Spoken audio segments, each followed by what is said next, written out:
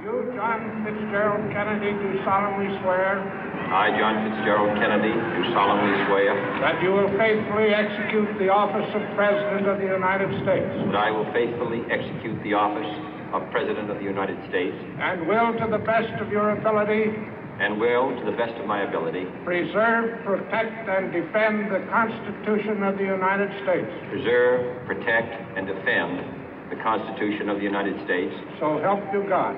So help me God.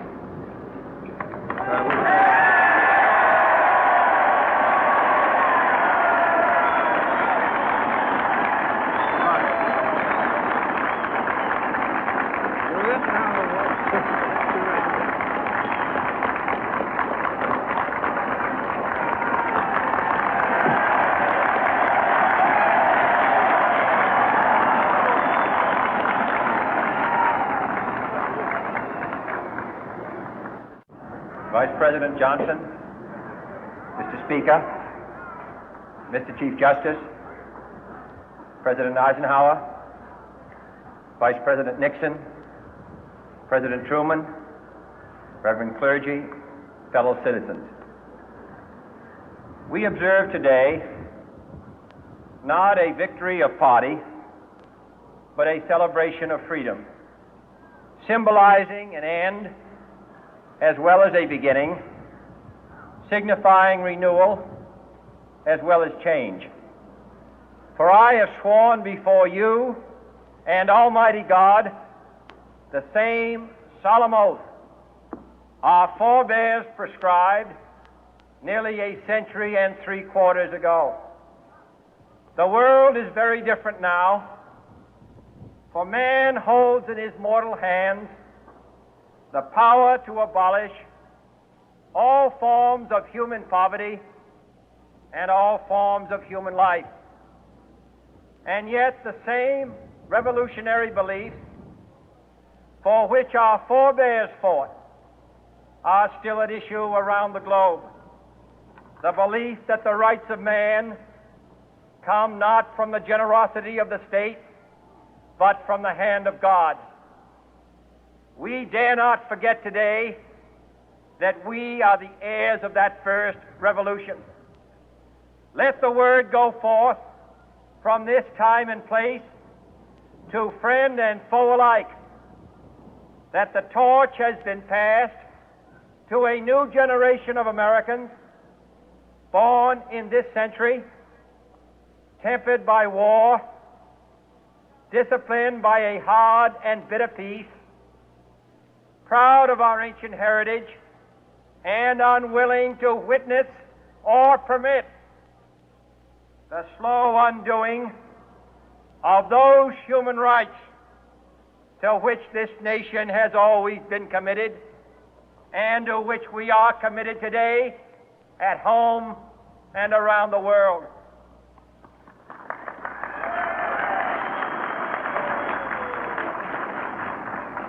Let every nation know, whether it wishes us well or ill, that we shall pay any price, bear any burden, meet any hardship, support any friend, oppose any foe to assure the survival and the success of liberty.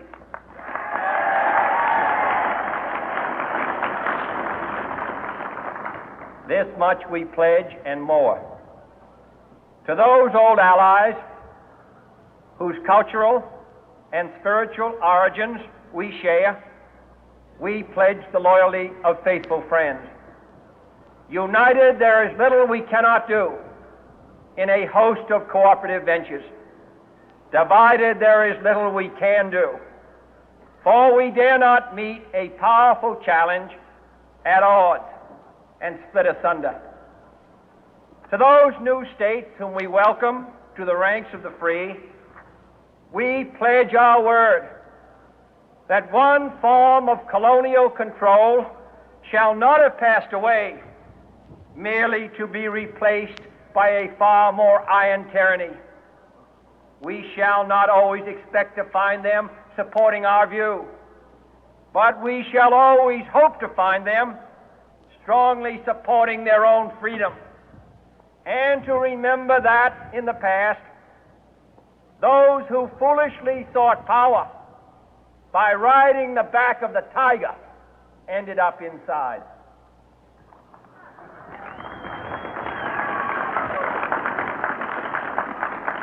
To those people in the huts and villages of half the globe struggling to break the bonds of mass misery, we pledge our best efforts to help them help themselves for whatever period is required, not because the communists may be doing it, not because we seek their votes, but because it is right. If a free society cannot help the many who are poor, it cannot save the few who are rich.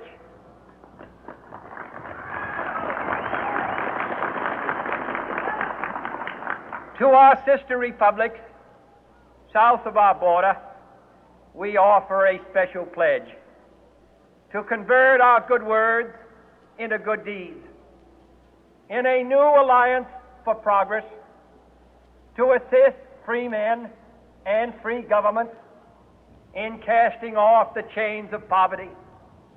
But this peaceful revolution of hope cannot become the prey of hostile powers.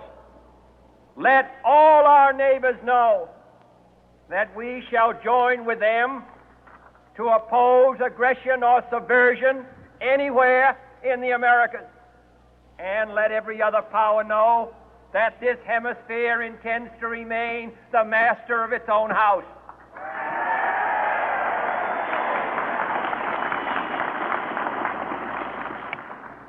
To that World Assembly of Sovereign States, the United Nations, our last best hope, in an age where the instruments of war have far outpaced the instruments of peace, we renew our pledge of support to prevent it from becoming merely a forum for invective, to strengthen its shield of the new and the weak, and to enlarge the area in which its writ may run. Finally, to those nations who would make themselves our adversary, we offer not a pledge, but a request that both sides begin anew the quest for peace. Before the dark powers of destruction, unleashed by science, engulf all humanity in planned or accidental self-destruction, we dare not tempt them with weakness, for only when our arms are sufficient beyond doubt can we be certain beyond doubt that they will never be employed. But neither can two great and powerful groups of nations take comfort from our present course, both sides overburdened by the cost of modern weapons, both rightly alarmed by the steady spread of the deadly atom, yet both racing to alter that uncertain balance of terror that stays the hand of mankind's final war. So let us begin anew, remembering on both sides that civility is not a sign of weakness, and sincerity is always subject to proof. Let us never negotiate out of fear, but let us never fear to negotiate.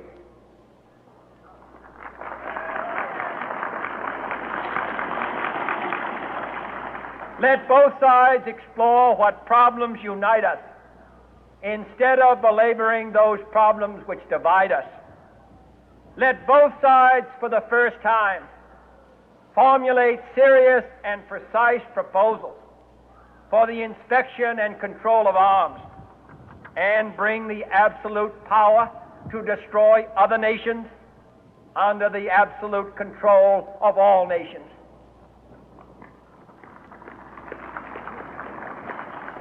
Let both sides seek to invoke the wonders of science instead of its terrors. Together, let us explore the stars, conquer the deserts, eradicate disease, tap the ocean depth, and encourage the arts and commerce. Let both sides unite to heed in all corners of the earth the command of Isaiah to undo the heavy burden and let the oppressed go free.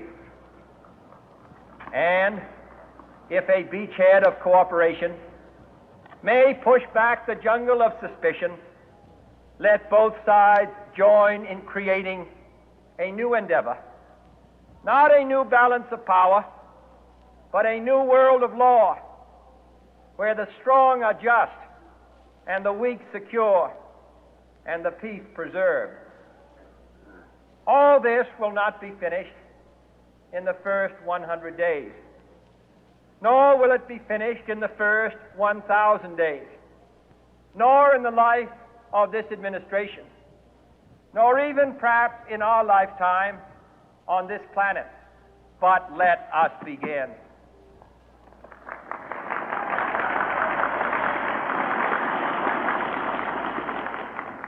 In your hands, my fellow citizens, more than mine, will rest the final success or failure of our course.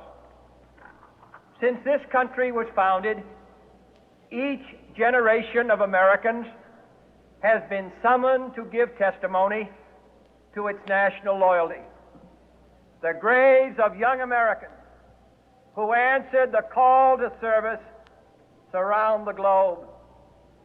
Now the trumpet summons us again, not as a call to bear arms, though arms we need, not as a call to battle, though in battle we are, but a call to bear the burden of a long twilight struggle, year in and year out, rejoicing in hope, patient in tribulation, a struggle against the common enemies of man, tyranny, poverty, disease, and war itself.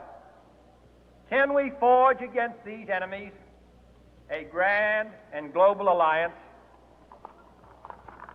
north and south, east and west, that can assure a more fruitful life for all mankind? Will you join in that historic effort?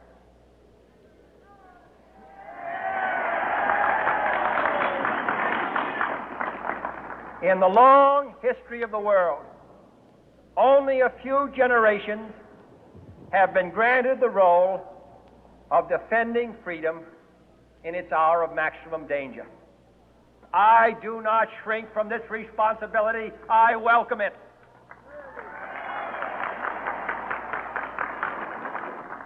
I do not believe that any of us would exchange places with any other people or any other generation.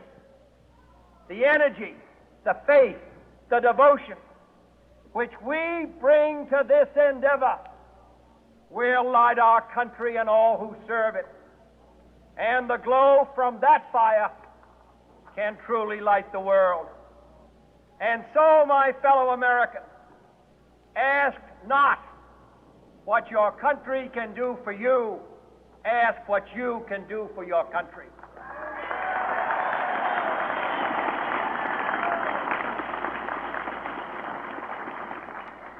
My fellow citizens of the world, ask not what America will do for you, but what together we can do for the freedom of man.